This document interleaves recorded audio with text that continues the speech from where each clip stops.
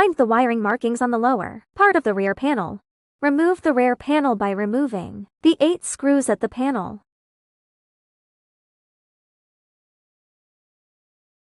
This is a 3-phase cable. Pass the power cord through the cable hole at the bottom of the equipment and pull it into the machine.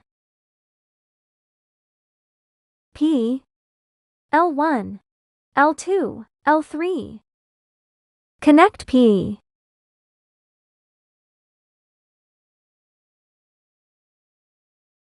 Open the cover of the cable support.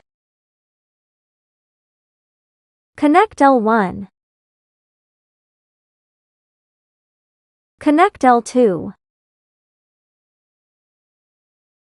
Connect L3. After wiring, replace the cover. Wiring is complete.